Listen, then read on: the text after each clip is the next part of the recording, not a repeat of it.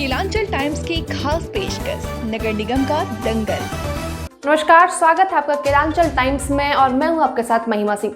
तो जैसा कि आप जानते हैं और हमारे चैनल के द्वारा भी आपको ये खबर देते रहे हैं कि बिहार के मुरलीगंज में नगर पंचायत चुनाव की घोषणा हो चुकी है और इसी कड़ी में दिनेश मिश्रा जी, जो कि नगर पंचायत के मुख्य प्रत्याशी हैं, उन्होंने प्रेस कॉन्फ्रेंस किया। प्रेस कॉन्फ्रेंस में उन्होंने क्या क्या जानकारी दी, आइए जानते हैं इस खास बातचीत में दिनेश मिश्रा जी के साथ।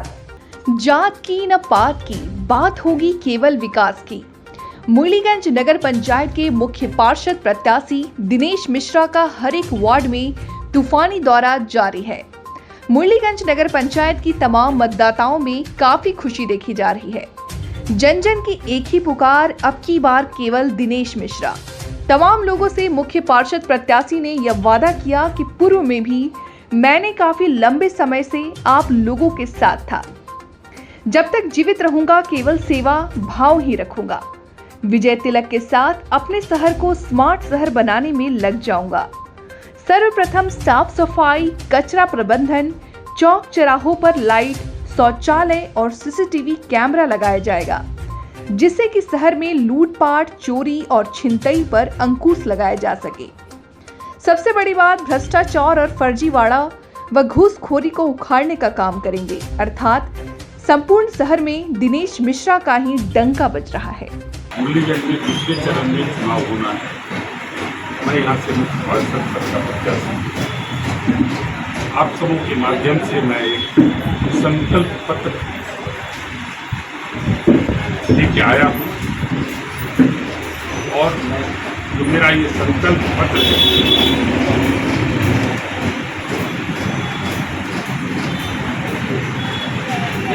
इसके माध्यम से मैं एक मिनट हल्का ऊपर करना चाहिए।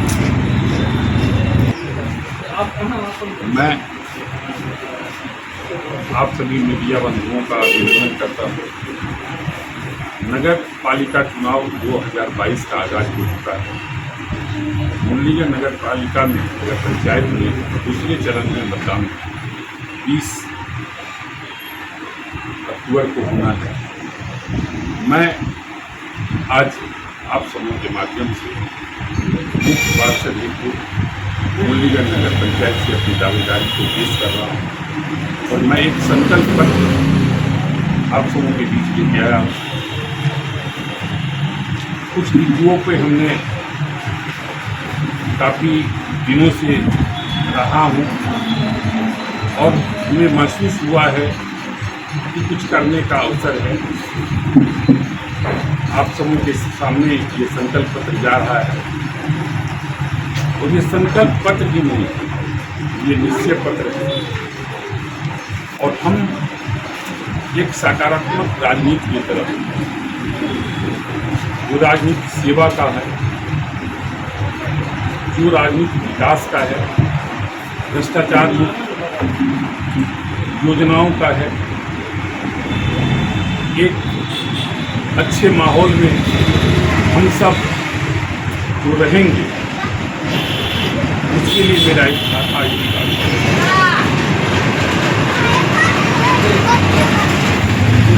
ये संकल्प पत्र है। ये 20 अक्टूबर को चुनाव होना है, उसको लेकर अभी से ही पूर्व में भी तैयारी में लगातार प्रत्याशी जो है लगे हुए थे, संभावित प्रत्याशी। लेकिन इस बार चुनाव जो है उप मुख्य पार्षद का सीधे जनता के द्वारा होना है, तो कितना टफ होगा सीधे जनता को वोट करेगी? चुनाव कोई भी होता है वो टफ ही होता है, क्योंकि जनता को निर्णय लेना होता है। हम भी पिछले 2 कार्यकाल जो मेरा बीता है, पहली बार ये सामान्य महिला का सीट था, मेरी भाभी उम्मीदवार रही हैं, दुर्भाग्यवश वो भाग गई चुनाव। उसके बाद सामान्य सीट हुआ, पिछले बार पुनः मैं मुख्य पार्षद का प्रत्याशी बना। आप लोग सर्वविदित है कि किस परिस्थिति में क्यों हारे, जनता का क्या समर्थन रहा, ये कहने की आवश्यकता नहीं है। एक तरफा प्रेम लोगों का मिला और सदैव मिलता रहा। ये मेरे लिए खुशी की बात है, इसके लिए मैं सरकार का भी आभारी हूँ कि उन्होंने पहली बार ये हॉर्स ट्रेडिंग का जो व्यवस्था था उसको समाप्त करने के लिए पारदर्शी व्यवस्था आए। इसके लिए जनता को सीधे अवसर दिया गया कि आप अपने प्रतिनिधि को, जिसको आप चुनना चाहते हैं, उसको आप चुनिए और सब अपनी अपनी बातों को लेके जाएंगे। पहले ये होता था कि हम लोग एक पार्षद को चुनते थे और पार्षद को मुख्य पार्षद को मुख्य पार्षद को चुनना होता था। ये तो मेरे लिए खुशी की बात है। और आम जो मतदाता है उनके लिए भी जिसको वो वोट करेंगे, जिस व्यवस्था में वो जाएंगे, उस व्यवस्था का चुनाव होगा। वो ऐसा नहीं कि हम वोट किसी व्यक्ति के लिए दिए और वहाँ जो पार्षद था वो किसी और व्यक्ति को वोट कर दिया। हम आपके जिस विश्वास के लिए गए वो विश्वास आप वहाँ नहीं दिखा के आप अपने विश्वास को बदल दिए। जिस वजह से बदले हो, जिस दबाव में बदले हो या जिस परिस्थिति में बदलते हो, ये तो समय के साथ आप लोगों को पता है। नगर पंचायत में आप भी लंबे समय से रहे हैं, जनता के द्वारा सेवा करने का मौका भी मिला, तो क्या इस बार बदला रहेगा कि आप पूर्ण रूप से हम भ्रष्टाचार के मुद्दे को लेके आए, क्योंकि पूर्व में जो भी भ्रष्टाचार हुआ है, जो भी योजनाओं में लूट हुई है, जो भी योजनाएं चल रही हैं, ये आप सबों के सामने है। मैं स्पष्ट रूप से आप सबों को ये विश्वास दिलाना चाहता हूँ, मैं भ्रष्टाचार मुक्त व्यवस्था दूंगा। कोई भ्रष्टाचार का शिकायत आने पर वो भ्रष्टाचारी नहीं बचेगा, इसका मैं विश्वास दिलाता हूँ। और मैं मुझे विश्वास करता, मैं जो कहूँगा वही करूँगा। आपने अपना संकल्प पत्र जारी किया है जिसमें शिक्षा और स्वास्थ्य को लेकर ध्यान दी गई है, लेकिन युवाओं के लिए जो रोजगार की व्यवस्था है इस पर नहीं कुछ लिखा गया है। एक नगर पंचायत का एक व्यवस्था है और हमने 2-3 बिंदुओं पर चर्चा किया।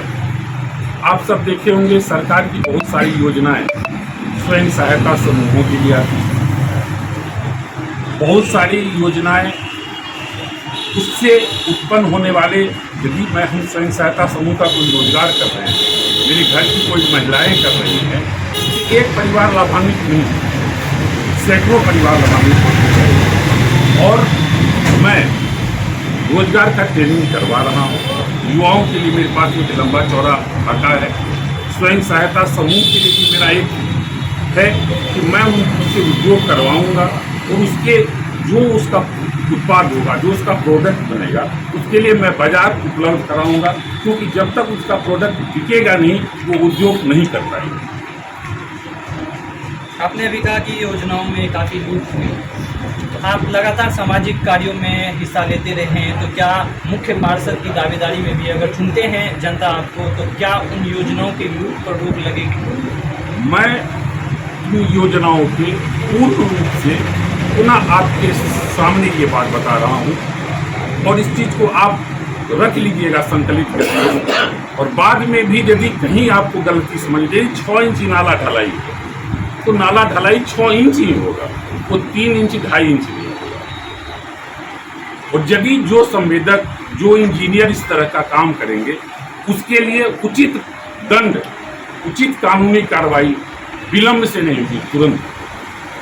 आप नगर पंचायत में लंबे समय से हैं, आप पर भी एक आरोप लग रहा है, जैसा कि आपने कहा कि योजनाओं में वसूल, तो चाहे वो ठेकेदारी का मामला हो या फिर अन्य कई योजनाएं, उसमें ऐसा विपक्षी का आरोप है कि आप भी उसमें संलिप्त थे। अगर नहीं थे तो आपने अब तक क्यों नहीं आवाज़ उठाई, क्यों नहीं आंदोलन? हमने इस संबंध में काफ़ी आवाज़ उठाई थी। संघर्ष का तरीका 2 है। एक आप सड़क में संघर्ष करिए, एक पत्राचार के माध्यम से बढ़िए अधिकारियों को भ्रष्टाचार के लिए। हम जो भी योजनाएं रही हो, चाहे वो डस्टबिन जो खरीद का घोटाला रहा हो, उसकी जांच के लिए हमने लिखा। स्वच्छता में जो भी सामानें खरीदी गई उसके लिए हमने वरीय पदाधिकारियों को, प्रधान सचिव के स्तर के पदाधिकारियों को लिखा। बहुत सारी ऐसी योजनाओं पर जांच भी हुआ है, आरोप भी गठित हुआ है, और उस आरोप गठित होने के बाद उस पर कार्रवाई जो नहीं हुई, इसके लिए भी हमने वरीय पदाधिकारियों को लिखा है कि आज तक यदि 2019 में किसी योजना और किसी चीज़ के बारे में यदि दोषी ठहराया गया है और उसकी सूची मांगी गई है, तो अभी तक आपने उस संबंध में कार्रवाई क्यों नहीं की? वर्तमान में उस कार्रवाई की क्या स्थिति है, इसके लिए भी हमने विभाग को लिखा है, प्रधान सचिव महोदय को लिखे हैं, जिला पदाधिकारी महोदय को लिखे हैं, और उसके लिए मेरे पास है और पूरा मतलब साक्ष्य है मेरे पास। और यदि कोई आरोप आता है तो मेरे विरुद्ध कोई साक्ष्य लेके आवे, मैं उसका जवाब दूँ। यानी कि आपका कहना है कि आप लगातार आंदोलन किए? हम लगातार, चाहे वो गरीबों के लिए जो आवास योजनाएं हैं उसमें जो पैसा का विलम्ब हो रहा है, आज आप 50,000 रुपया देते हैं, फिर आप उसको 2 साल बाद रुपया देते हैं, तब तक वो 50,000 रुपये की राशि कहीं न कहीं खर्च हो जा रही है। यदि आप देते हैं कि 2 महीना के अंदर या 30 दिनों के अंदर भुगतान करना है हमको, आपका वो चिट्ठी जिससे आप वर्क ऑर्डर देते हैं उस पर समय अवधि लिखा हुआ है, आप क्यों नहीं उस समय अवधि में पैसा देते? किसी का भी मकान पूरा नहीं हो पाता क्योंकि समय से उसको पैसा मिल नहीं पाता।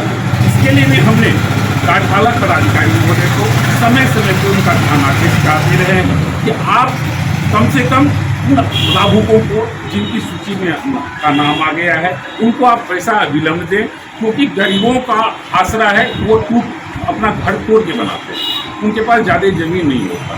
पर जब आप समय से पैसा नहीं देते हो तो तिरपाल, प्लास्टिक या किसी तरह से माध्यम से रहते हैं और उसमें बहुत सारी परेशानियाँ होती हैं। बीते 8-9 महीना से लगातार आप क्षेत्र में बने हुए हैं, संपर्क कर रहे हैं। चुनाव में कहा जाता है कि धन बल और बाहुबल का काफ़ी प्रयोग होगा, तो ऐसे में आप अपने आप को कहाँ फिट पाते हैं? आप अपने आप को टक्कर किससे मानते हैं? हम जनता के बीच में, जनता 11 वर्षों के कुशासन को देखी और जनता का स्नेह जहाँ हो, एक से एक बाहुबली और धनबली चले गए, और जनता का जो चोट होता है, जो वोट का चोट होता है, उससे बड़ा कोई बाहुबली और कोई चोट नहीं होता। जनता से बड़ा बाहुबली कोई नहीं होता, और हम उसी बाहुबली के सामने हैं। वो जो उनका जो निर्णय वो हमें मान्य होगा, और हम अपनी छवि के बदौलत जा रहे हैं, अपनी बातों को लेकर जा रहे हैं। सर, एक समस्या मीडिया के माध्यम से क्या कहना चाहेंगे क्षेत्र की जनता? हम ना भय होगा ना भ्रष्टाचार, अब की बात जनता से। सर, एक समस्या रही है कि मुरलीगंज में नाले का निर्माण हुआ, लेकिन टुकड़ों में बनने के कारण एक भी नाले का लेयर नदी तक नहीं जाती, जिस कारण नगर पंचायत की सबसे बड़ी समस्या जल जमाव की, और दूसरी सबसे बड़ी समस्या है यहाँ पर स्वच्छता और जो है शौचालय की समुचित व्यवस्था नहीं। इस पर आपकी क्या? इस संबंध में हमने पिछला जो टेंडर हुआ या उससे पूर्व भी जो टेंडर हुआ, हमने कार्यपालक पदाधिकारी महोदय को भी दिया कि आप एक नाले का पार्ट में टेंडर करवा रहे हैं तो इसका महत्ता समाप्त हो जाता है। आप एक डीपीआर बनवाए होते, शहर के जल निकासी की एक व्यवस्था होती, ड्रेनेज सिस्टम मेरा सुदृढ़ होता। आप जो व्यवस्थाएं देख रहे हैं इसमें पानी निकासी, पानी कहाँ जाएगा इसका कोई भी लक्ष्य लोगों के पास नहीं। बस यही है किसी तरह से ईटा लेना है और वो पैसा उठा लेना है।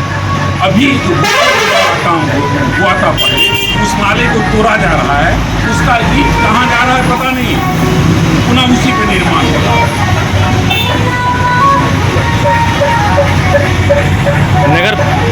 नगर पंचायत में शिक्षा व्यवस्था और महिला सुरक्षा के लिए क्या करना चाहिए? हमने महिला सुरक्षा और शिक्षा वो अलग व्यवस्था है। शिक्षा नगर पंचायत के क्षेत्राधीन है। नगर पंचायत में एक कमेटी शिक्षा की भी होती है जिसके की चेयरमैन होती है, जो उनका ये काम होता है कि नगर पंचायत क्षेत्र के अंदर जो भी विद्यालय है उसकी समुचित देखभाल देख रेख करें, और कहीं शिक्षा के स्तर में यदि कमी हो रही है, पढ़ाई नहीं हो रही है, उसको दुरुस्त कराएं। तो पहले की जो कमेटियां रही वो खानापूर्ति की और कागज भी वो कमेटियां रही है, कभी वो धरातल पे आया नहीं है। मैं आपको एक विश्वास दिलाना चाहता हूँ, स्कूल के स्तर में, स्वास्थ्य के स्तर में आमूलचूल परिवर्तन आपको देखने को मिलेगा। महिला सुरक्षा की बात है, हम लोगों ने इस संबंध में महिला सुरक्षा, व्यवसायियों की सुरक्षा या यहाँ के नागरिकों की सुरक्षा की बात है, सब हम लोग समय समय पे यदि कोई घटनाएं घटी तो हम लोगों ने उसके लिए आंदोलन किया है। हम लोगों ने एसपी साहब से भी मिला है, हम लोगों ने उनसे बड़े पदाधिकारियों के पास भी मिले हैं और एक उनके पास प्रारूप भी दिए कि आप इस हिसाब से ये काम कर सकते हैं। सर, आखिरी सवाल, चुनाव का समय है, ये जितने भी संकल्प हैं या जो भी चुनावी वादे हैं, क्या ये चुनावी वादे बनकर रह जाएंगे या इसकी जमीन हकीकत होगी सर? जो कहेंगे वो करेंगे। ये कोई दस्तावेज मेरा है, आप इसको संजो के रख दीजिए। आप पुनः हमसे सवाल करिए, यदि मेरा कोई बात कहीं कोई कमी रही तो निश्चित रूपेण आप इस संकल्प की जो प्रति आपके पास है इसको लेके पुनः आइएगा और मैं विश्वास दिलाता हूँ, मैं जनता के विश्वास के साथ धोखा नहीं करूँगा। नगर पंचायत ही रहेगा या फिर नगद पंचायत बन जाएगा सर? नगद पंचायत नहीं होगी, नरक पंचायत नहीं होगा, नगर पंचायत है। ये आदर्श नगर पंचायत बनेगा और बिहार के टॉप 5 नगर पंचायत में मुरलीगंज का नाम आएगा। बहुत बहुत धन्यवाद सर। अरे ठीक हो भैया, ऐसे वीडियो देखे जा रहे हो, तनिका सब्सक्राइब कर लो और हाँ, घंटा का बटन जरूर दबाना, तब हमारे वीडियो का नोटिफिकेशन सबसे पहले मिलेगा। यहाँ वहाँ का देखा तो हम तो क्या ही कहते हैं, जल्दी दबाओ।